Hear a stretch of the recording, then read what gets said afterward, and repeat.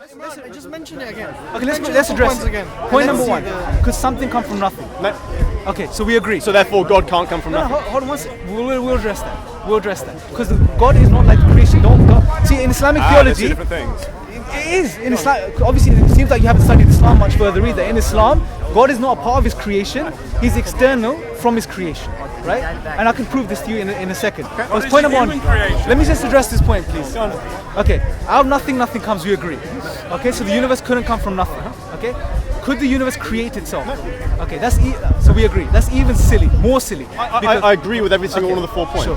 So then, therefore, the universe And is that's created by an uncaused creator. By an uncaused creation. Yeah, no. That was the inference from this. You're completely right. Look, I agree with you that there must be a source of infinity in the universe that creates the universe. Yes. But it's a huge logical leap to go from that very evident conclusion to saying that source of infinity must be the very, very specific, highly personalized entity with a very defined biography, likes and dislikes that is characterized in the Quran. Okay, let's address this. Fantastic point. Let's address this point. Now let's conceptually think about this infinite entity that as you mentioned, right? Let's conceptually think about this. Now this infinite entity that caused the universe to come into existence at a point in time, right? Can we just change the language? It caused the universe to come into being. Yes, it created the universe. He didn't necessarily create the universe. No, because create implies some kind of a conscious action.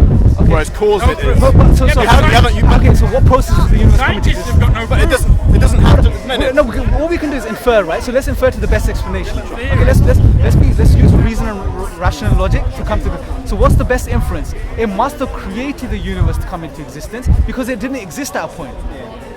No, it must have caused. It doesn't have necessarily to create the universe. It could have caused the universe to come into being. It's a slight nuance, but it's an important one. Okay, it caused the universe, but the universe began, right? Yep. Okay, so it was created as well. Scientists don't even know if the universe began. We'll address that. Go.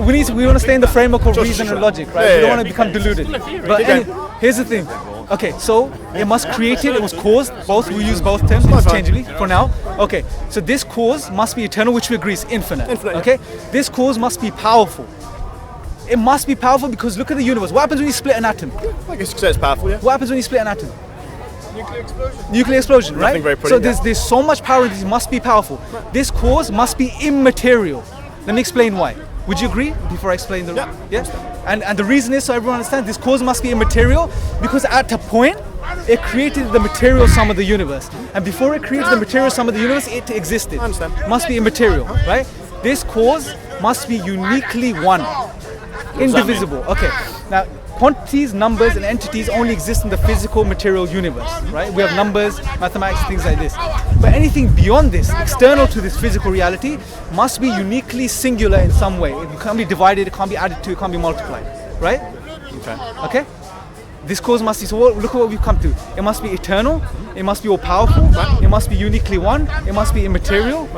It must have a will. By being eternal, 1 second, sir. Why do you have to limit it to let me make this point. It's eternal, sir, but one. I can only address one person at a time. I think you're in the wrong place there. Let's not go into the head. With all respect, you're in the wrong place. Here's the thing. So all of these things, it must have a will.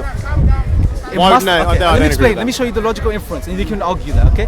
It must have a will because it chose for the universe to come into existence at a point. How do you prove that? Well, that's the best inference. No, can you prove otherwise? No, you're the one making the argument. Yes, but if you see, here's the thing. If you don't like my premise, you can break it down. Now's your opportunity. My friend.